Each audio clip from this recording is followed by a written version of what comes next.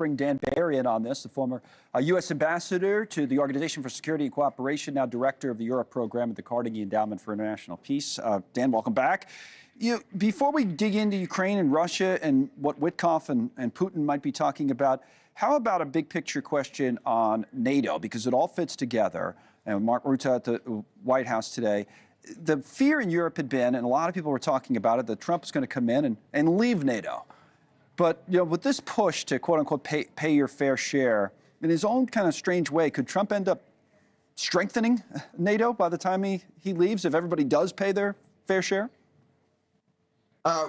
Well, time will tell. I think allies might take some comfort in the last part of that clip that you had of President Trump, where he said, we'll make sure that he doesn't, because that seems to signal that he's committed to continuing to defend NATO allies when it is necessary.